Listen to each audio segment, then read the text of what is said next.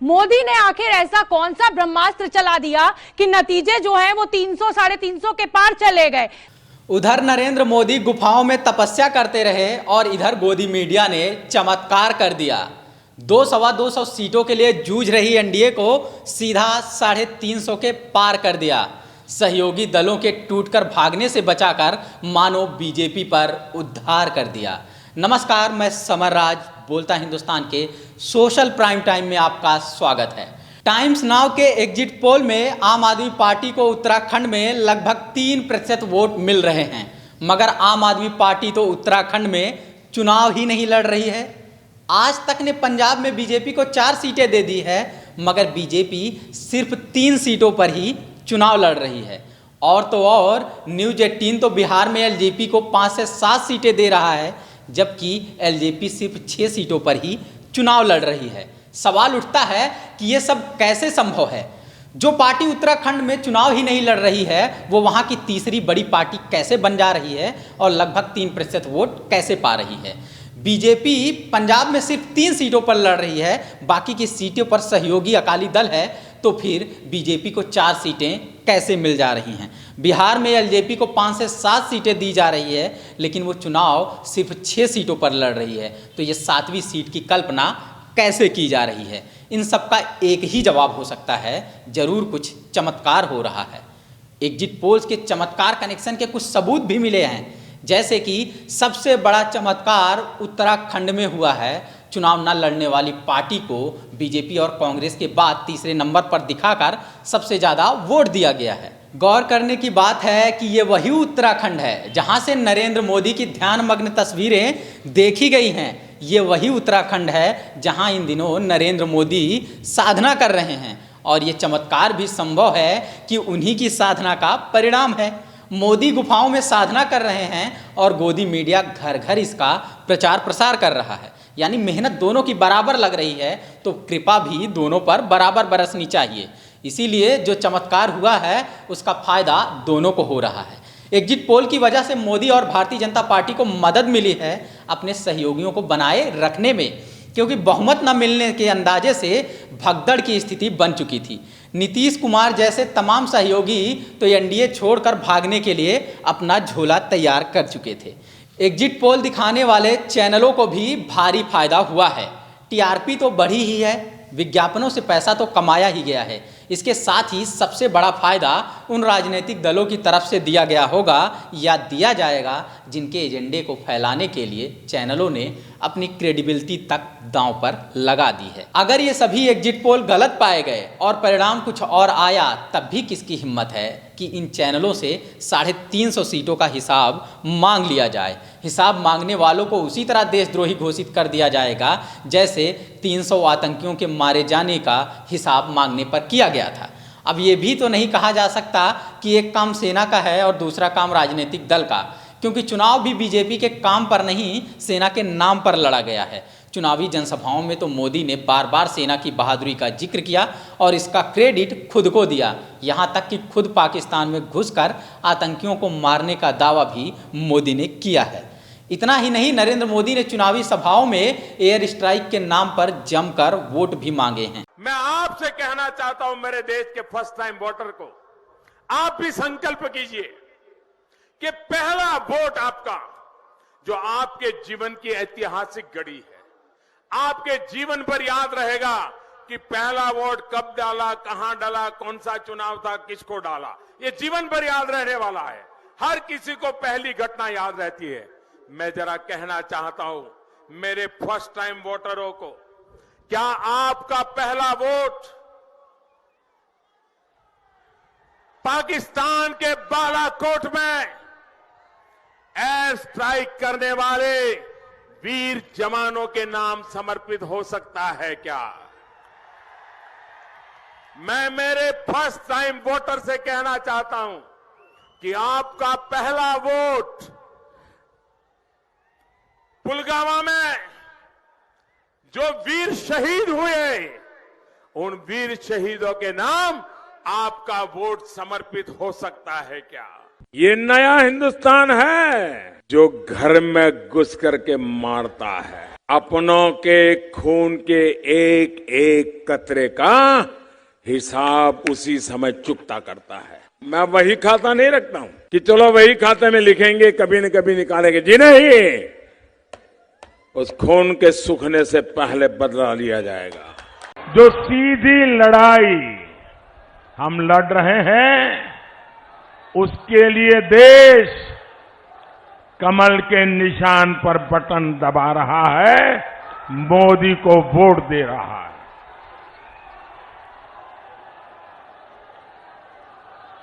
भारत को दहलाने वाले आज डर डर कर जीने को मजबूर है। वो डर रहे हैं, इसलिए देश की हिम्मत बढ़ रही है और इसलिए देश मोदी को वोट दे रहा है।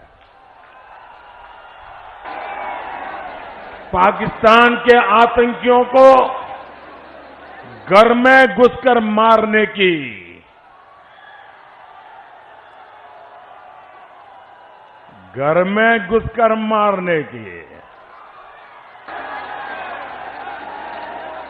ये रीति नीति आपको पसंद है? ये घर में घुसकर मारना आपको पसंद है? आपको पसंद है?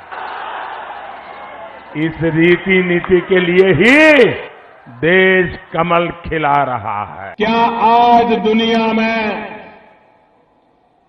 भारत का दम दिख रहा है कि नहीं दिख रहा है? क्या आज भारत का सम्मान पूरी दुनिया कर रही है? क्या देश की सुरक्षा सबसे ज्यादा जरूरी नहीं है? क्या 5 वर्षों में यूपी में कोई बम धमाका हुआ? पाकिस्तान में घुसकर आतंकियों को मारा।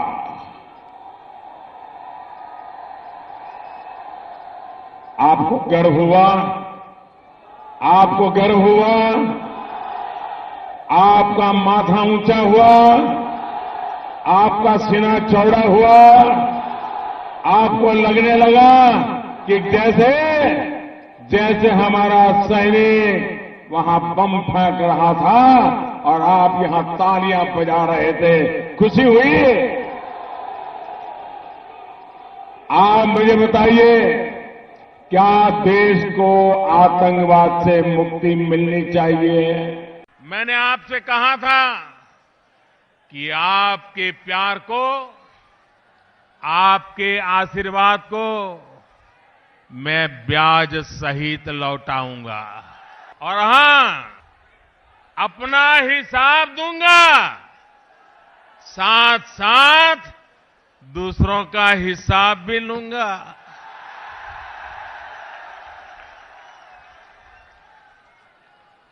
ये दोनों काम साथ साथ चलने वाले हैं और तभी तो होगा हिसाब बराबर।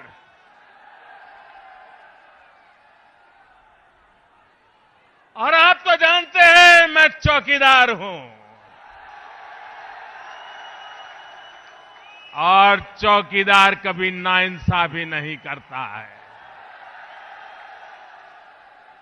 हिसाब होगा, सबका होगा, बारी बारी से होगा। इस पर चुनाव आयोग ने कोई आपत्ति नहीं की तो कोई बात नहीं, मीडिया ने ज्यादा सवाल भी नहीं किया।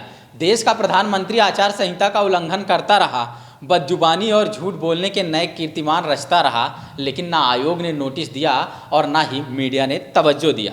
सवाल ये भी है कि आखिर कांग्रेस सर्जिकल स्ट्राइक का नाम सुनते ही,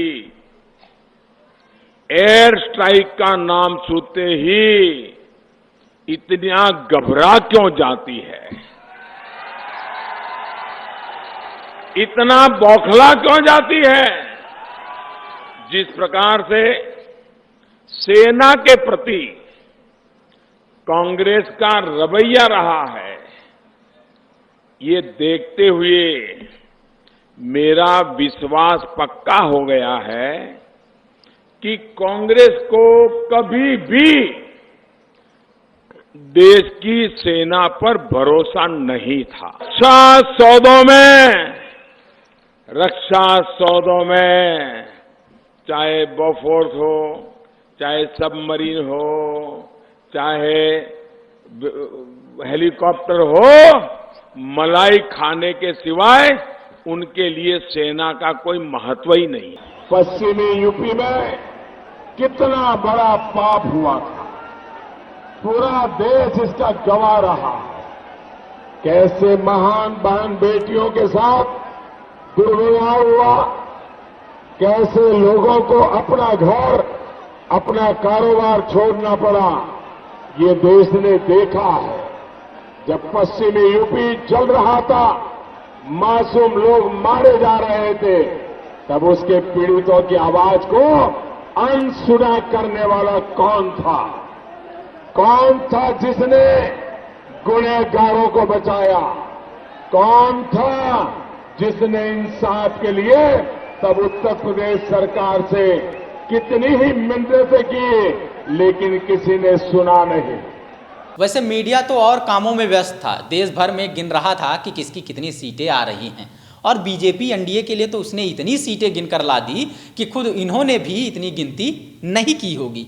सोशल मीडिया पर लोग यही सवाल उठा रहे हैं कि चुनाव परिणाम आने से पहले ही एनडीए के लिए देश भर में 350 सीटें गिनकर ला देने वाला ये मीडिया अभी तक पता क्यों नहीं कर पाया कि 300 किलो आरडीएक्स कहाँ से आए थे।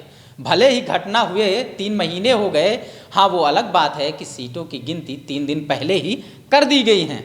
वैसे एग्जिट पोल को पूरी तरह से खारिज कर देना तब नासमझी होगी जब इसके बहाने कोई बड़ा खेल खेला जा रहा होगा, ईवीएम टेम्परिंग या कोई बड़ा घोटाला या फिर जोड़ तोड़ का खेल किया जा रहा होगा, और विपक्ष को निराश करने के लिए सभी चैनलों पर मोदी की बड़ी जीत का आंकड़ा दिखाया जा रहा होगा।